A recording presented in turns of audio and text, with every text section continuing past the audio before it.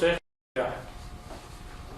¿Qué más quieres saber? ¿Y cuál es tu posición? ¿Qué es lo que tú Mi haces? posición, ¿qué es lo que yo hago? Formándole más escándalo de donde quiera que yo me encuentre a los enemigos. Tú sabes, yo antes me encontraba UTT, los taxistas y tal y todo eso. Que formaba escándalo. Ahora soy un oficial electo, no soy político. Ah, bueno, vamos a ver entonces que hablamos más.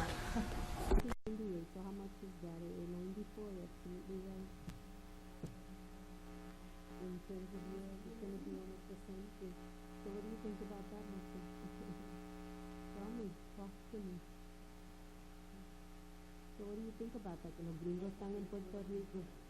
So let's talk about it.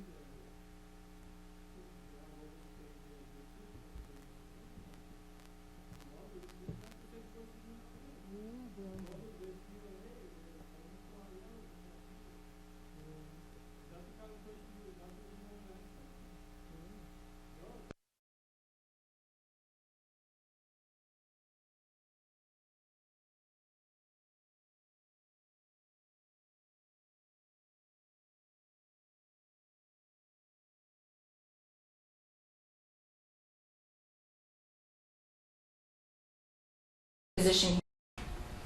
Well, I'm a member of the city council. That's the local government for the city of New York. And what I do is, I'm supposed to be a legislator, and I do some of those.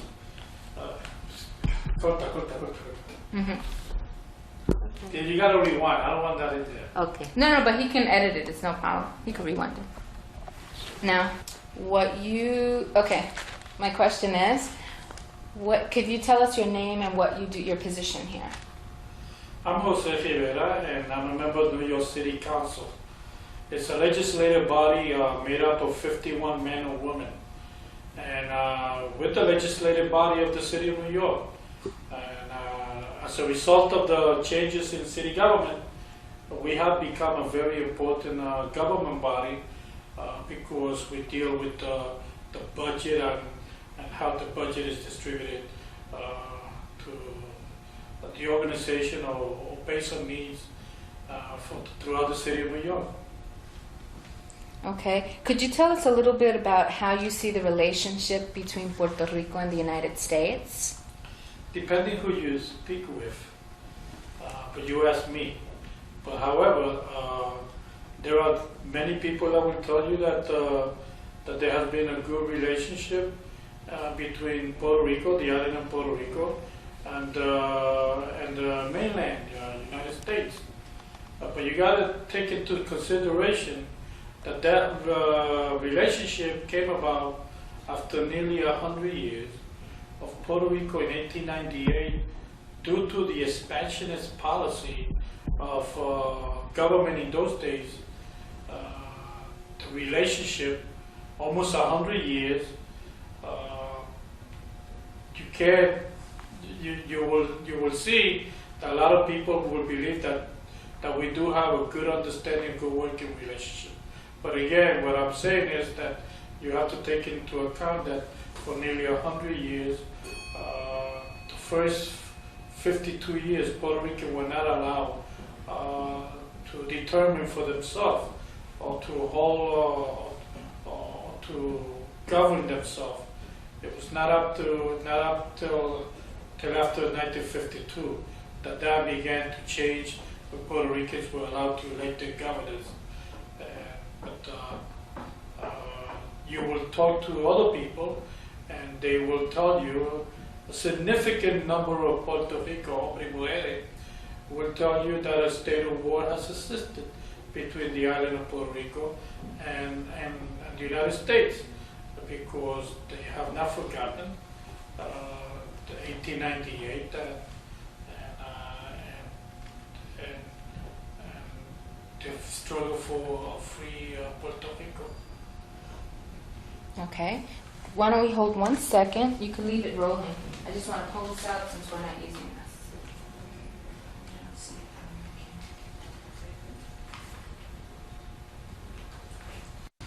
I don't know if I answered that question right. I don't know. There's No, no there's right no or right or wrong, wrong. yeah. Yeah, it's your opinion. It's Well, like, well, you know, that right, excuse me. I don't know if the point I was trying to make came across. I'm not, You're rolling. yeah. Yeah. Let's go on to the next question because there's a lot of information on that. Okay. We wanted, Could you tell us a little bit about the New York City Council Resolution 617A and what it says and how you came to introduce that and how it actually got passed? If when you do that, just again sort of somewhat repeat the question or talk about the resolution. It was back in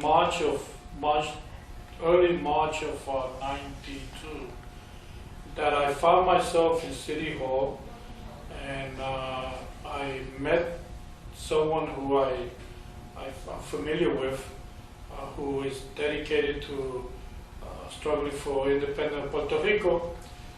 Fortunately, he's no longer with us. His name is Carlos Piñeiro. He is a member of the Comité de Afirmación Puertorriqueña. And I had asked him, what are you doing now? And he said, well, you know, we intensified our campaign for the liberation of 23 Puerto Rican men and women who are in jail for struggling for independence of Puerto Rico. So I said, well, I immediately asked him, well, can I help? How can I help? And with a smile on his face, he said, well, you can introduce a resolution in City Council. So I said to him, you know what? Yeah, that's one way I can help. And I gave him a similar smile back, and I said, I'll tell you what, you give me the language, and I will introduce that resolution with your language in the City Council. Again, we ended it with a smile. He gave me some ideas of the language, and I had the resolution drafted, and it was introduced in March 28th of 1992. And we had about 3 public hearings on the resolution. You need to have public hearings. Sometimes it's unheard of, but this understanding that to some sector of our society, this was a very controversial issue. Of course, you know, the United States don't want to recognize that there are men and women in this country who are in jail for their belief. So it is in these people's mind a controversial issue, something that they probably rather not deal with. But we had 3 public hearings, and at the first public hearing, about 200 people participated, and all of them testified in favor of the resolution. What does the resolution state? What is it asking?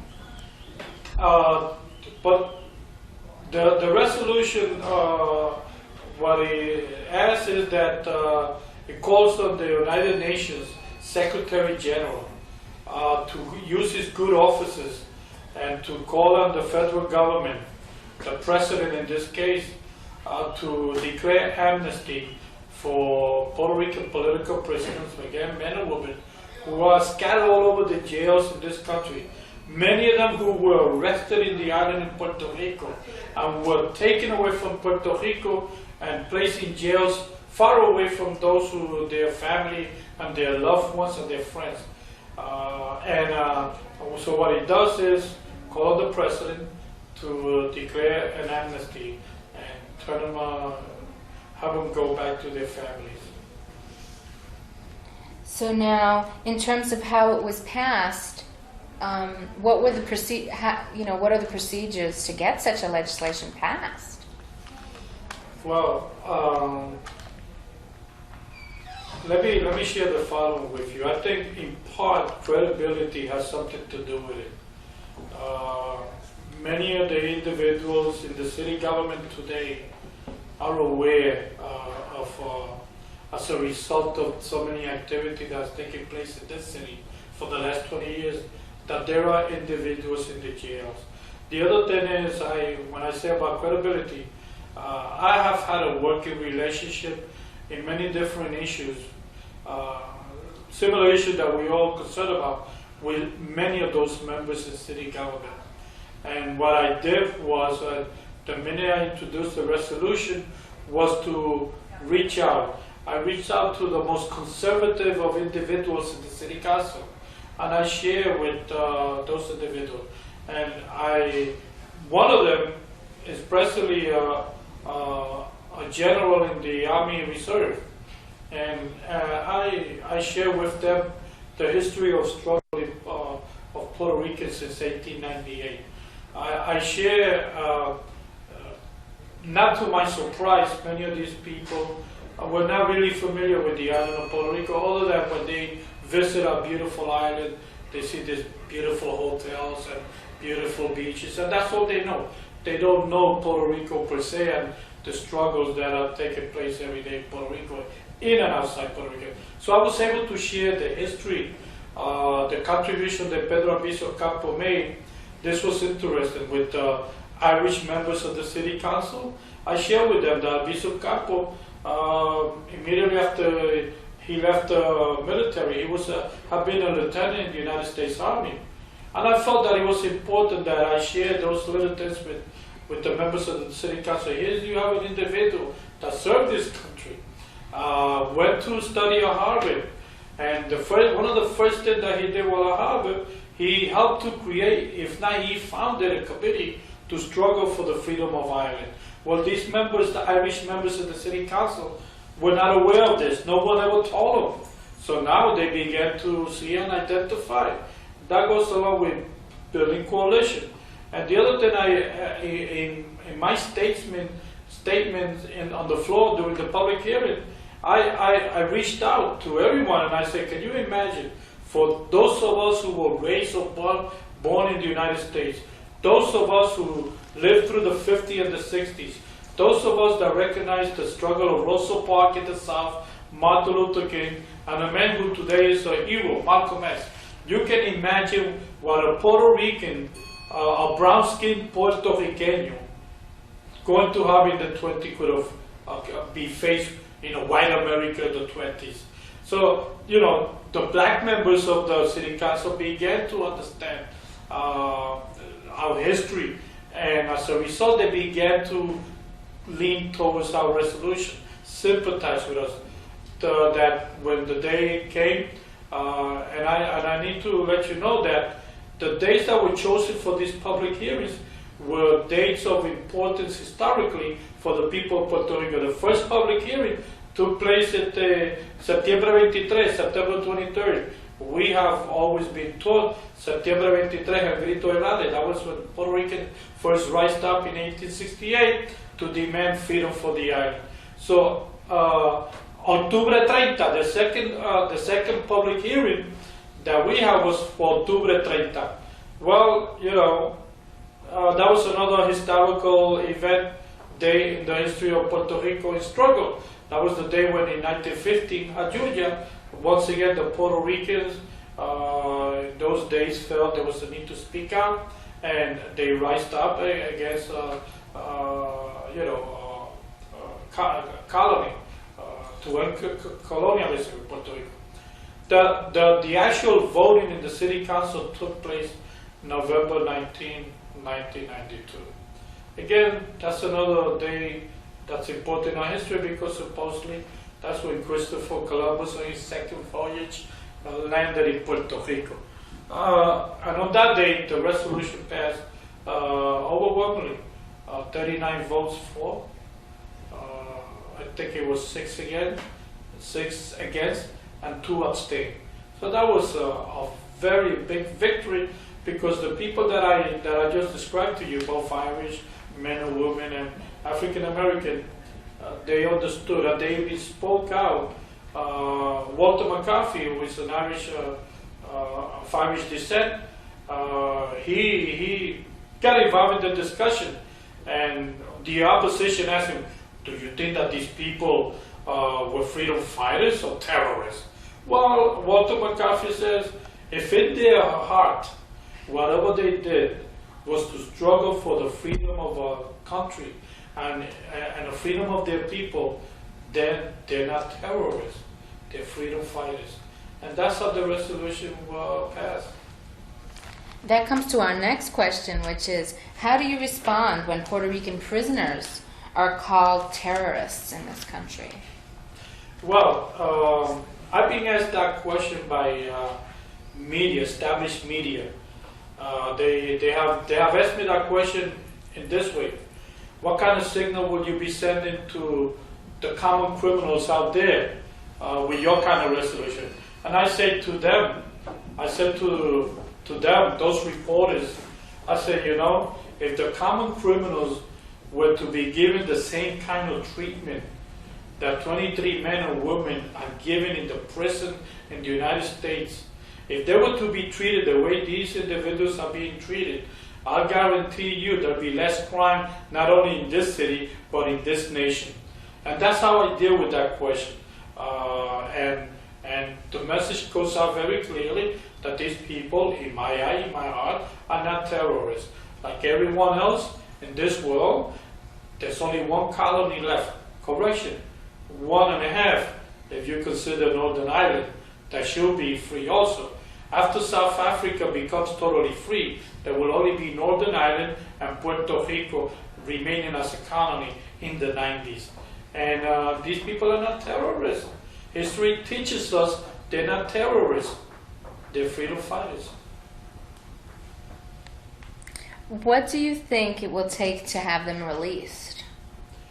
Well, I recall in the late 70s, we had 4 Puerto Rican nationalists that have been in jail for 25 years. And by 1978, the leadership and the community in New York City joined forces with the leaders in Puerto Rico and the Puerto Rican people in Puerto Rico. Those forces came together and we began to mobilize. And we didn't have as much political clout then as we have now. What do I mean by that? Well, there might have been a couple of Puerto Rican elected assembly or a couple of senators state, and we had 1 congressman at that time. But in '79 we were able to get Lolita, Collazo, Rafael Cordero free from jails, unconditionally released from jail, because the people came together. And I see with this resolution making that kind of contribution, there are other activities that are going on. There are other activities that we have to promote. We just had recently a conference in Hostos Community College during that storm that hit New York City, paralyzed New York City, but they did not paralyze many men and women, young men and young women also, that came together in Hostos Community College, and it did not stop a congressman, Congressman Luis Gutierrez, who came under that storm from Chicago, and we met in Hostos. Activities such as those with people that are dedicated, that understand that we need to prepare our community, get our community organized. We can do that. We have more elected officials today, men and women. Some of them, 9 of them, got together and they were instrumental in passing Resolution 617A. So we have more Puerto Rican of conscience in elected office. So as we go about organizing our community, participating in any forums, whether it's radio, media, or any community activity, we can begin to rally our people and finally achieve the same thing that we were able to do in 1979. In the 90s, release of all our prisoners that are in jail because simply for their belief of freedom for Puerto Rico. So what it will take, exactly that, people coming together, all of us, to ensure that we get the prisoners released. And I think that the next few days, as we go along, we continue to begin to apply more pressure. We have to get, and I know they sympathize. Nidia Velázquez has publicly spoken in sympathy and her willingness to struggle for the freedom of the Puerto Rican nationals. We have to get all our congresspersons.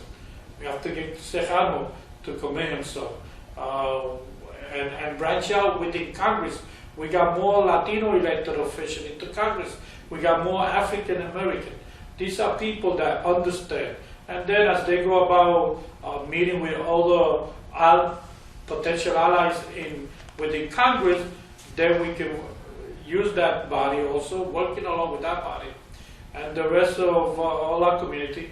And I think that we will be able to accomplish our goal. Do you think there is some kind of contradiction between the role that capital plays in this country and governmental offices in terms of, there being strong opposition to letting the prisoners being released? Well, look, there will always be strong opposition from those forces. Name one of them. Besides that, you name the FBI and any other governmental forces. Capital, I will dare say that Puerto Rico is a very valuable piece of real estate to this country and to many people that are reaping the benefits of Puerto Rico. So they will feel threatened. But look, we cannot think about them. We just got to think in terms of what do we need to do? What are we not doing? And then based on that, we'll move ahead. We will win over them. I want to ask you, why do you think it's important for us in New York as Puerto Ricans or Puerto Ricans in the United States to fight and support the independence of the island, or to support the political prisoners who fight for the independence of Puerto Rico? Ever since I can remember, I've been reminded one way or another that I am Puerto Rican. I've been reminded by the system one way or another that I am Puerto Rican. And that although we find ourselves in New York or anywhere in the United States, we are Puerto Rican. And the other thing is that we are and we feel Puerto Rican, even though for economic reasons we were forced to leave the island. Not because we lost love for the island. We love where we are, and like anyone else, we love our culture. Our language is very important to us. Our culture is very important to us. So we struggle right here in the United States. Let me remind anyone who did not know, or let me remind those who might have forgotten, that it was the struggle in the 1890s from New York City that designed the Puerto Rican flag. It was in New York City that Lamento Boricano was composed. So it was by Puerto Ricans, men and women. Lola Rodriguez de Tio, composer. Many of her poems were of those Puerto Ricans, those from the 40s and the 50s. Those of us in the 50s, 60s, 70s, 80s, and 90s. We feel that we have to continue to struggle to preserve our culture. Right now, at the moment, there is a pro-statehood government in Puerto Rico who once again puts in jeopardy or endangers our culture. They feel that they're more American than Richard Nixon, Ronald Reagan, and Bush, and every CIA, FBI president working for government. They're wrong, and we have to continue to struggle because we are a people, and we are a people with we're people with culture and a desire to struggle for our rights. Do you have any last closing comments? That I believe, and I hope that this is the case, that we cannot rest.